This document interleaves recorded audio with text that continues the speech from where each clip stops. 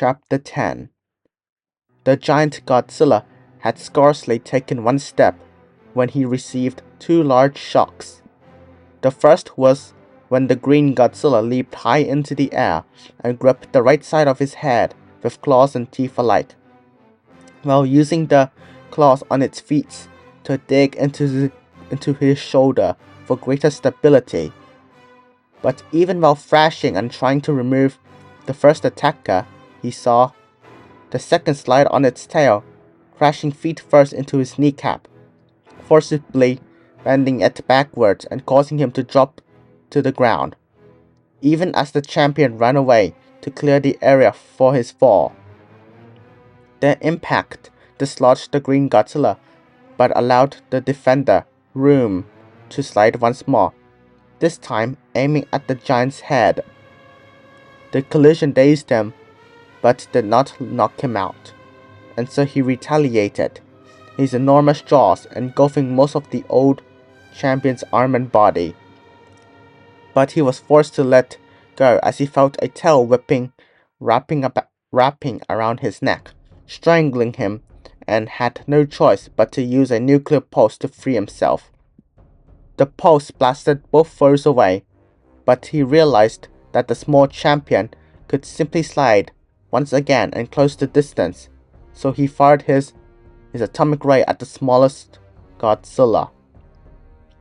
His beam was intercepted halfway to its target by the target's own atomic breath, but the breath was both smaller and weaker, and stood no real chance of opposing him for long.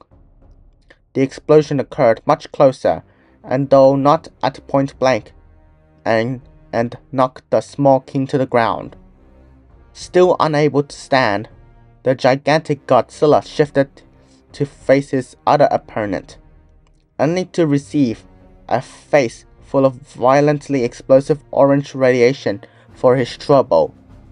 Momentarily blinded by the bright light, he fired his own beam at everything it could reach in the hopes of striking his enemy. Opening his eyes once the pain in them ceased, he saw that his purple-spiked foe had closed the distance and forced his head away before he could fire it again. The green Godzilla continued his attack by biting the Titan's neck, making sparks fly as his teeth scraped against the scales.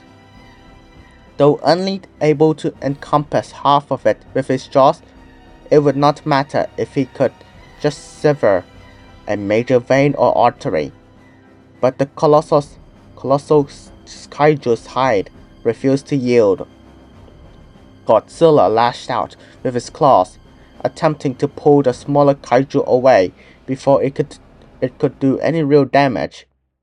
The first few attempts caused him to cut his finger on his attacker's spine, but after a moment, his claws found his foe's tail and pulled. Dragged away from the tremendous rival's most vulnerable point, Godzilla fired his atomic breath at the giant's neck, bringing a cry of pain from the Leviathan. But he had been dragged just far enough that the larger Godzilla could now look down and return fire. To say that the blue beam did no damage to the smaller Godzilla would be untrue, but the damage was negligible and would easily heal.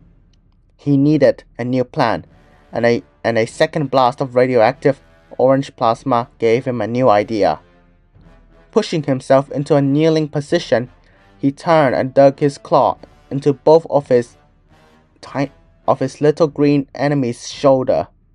The smaller Godzilla roared and began a sustained blast of its thermonuclear breath in an attempt to force him to let go. But the giant continued to do nothing. It almost seemed to be concentrating, but on what? Then he felt it, just as he had when Megaguirus had impaled him on her stinger, the slow, steady drain of his nuclear power. True enough, his atomic ray ceased, and when he attempted to fire it again, he achieved nothing more than a few radioactive sparks. At the same time, the giant's spines were crackling as they drained the living nuclear reactor of its energy, and that power accelerated his healing, repairing the damage to his knee and allowing him to rise to his full height, still carrying the smaller Gojirahkiin and still draining it. The Green Godzilla's thrashing grew steadily weaker until finally the flood of power became a trickle and the larger king stopped trying. He growled at his diminutive challenger, who, despite being drained of energy and too weak even to struggle in his grip, gave a last defiant roar. The giant's spine flashed red, and a point-blank spiral ray obliterated the small kaiju. Godzilla roared victoriously. There was only one challenger left to deal with. A sudden impact against the back of his leg knocked him face first to the ground, and with all but one opponent dead, Godzilla did not even need to look to see what had happened. That sliding kick gave the little king deceptive power. The old champion refused to give up. He ran to the front of his foe and began rapidly stomping on his head and pounding the giant's neck with his tail in an attempt to keep him from rising again.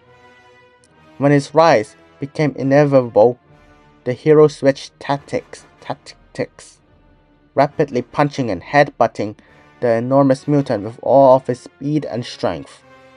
The giant lashed out with a claw, gripping the smaller kaiju by the neck. His spines began flashing, heralding sudden death, but the champion was not out of tricks yet.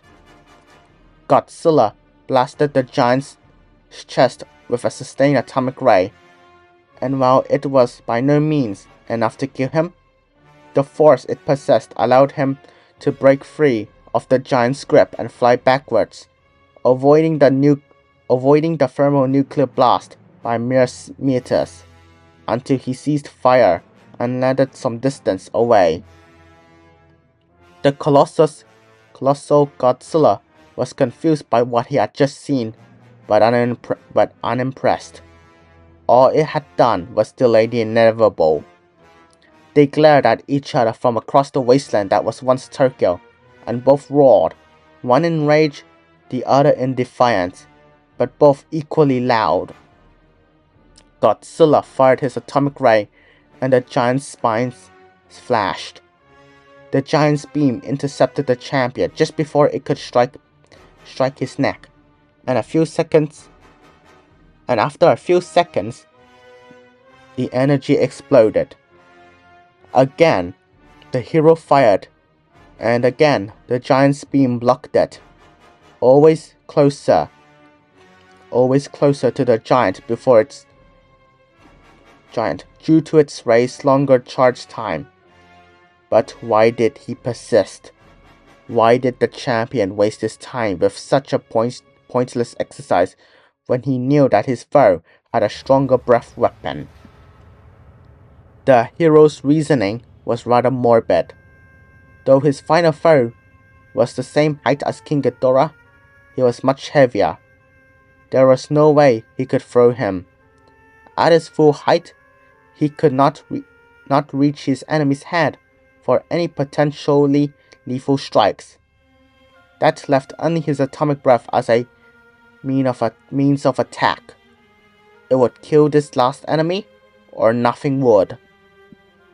But after several more such beam struggles, something happened that neither the champion nor the giant anticipated. The release of so much radiation in such a small area caused the storm to intensify in that area, just above the giant. As a result, irradiated lightning bolts began to strike him, empowering him, and further replenishing the energy he had been losing in the long battle. Godzilla's spike flashed blue, and then a bloody crimson. He unleashed the red spiral ray on his small challenger, bringing a scream of pain and a large explosion. The former Godzillasaurus waited, and sure enough, from behind the smoke and flames came the champion. Once a majestic sight, the champion's age seemed on display in its slow movements, and the toll of the battle was clearly visible. It bled profusely. Old wounds reopened, and new ones refusing to regenerate. The giant challenged the fearless creature and waited, almost as if out of respect. With one final roar, the old defender reared back and unleashed the longest atomic ray it ever had, striking the giant's torso and burning against it, releasing sparks and explosions. After 3 minutes, the beam stopped, and the old king appeared spent. He glared into the smoke cloud, knowing his foe was alive and well. Godzilla bellowed and fired the red spiral ray. Again, there was an explosion and a shriek of agony. But when the smoke cleared, nothing remained but ash. Godzilla looked around, scanning the charred and ruined landscapes for any other challengers. Seeing none as the sun rose in the sky, he let loose a mighty roar of victory, greeting the new dawn as the one and only king of the monsters. The end.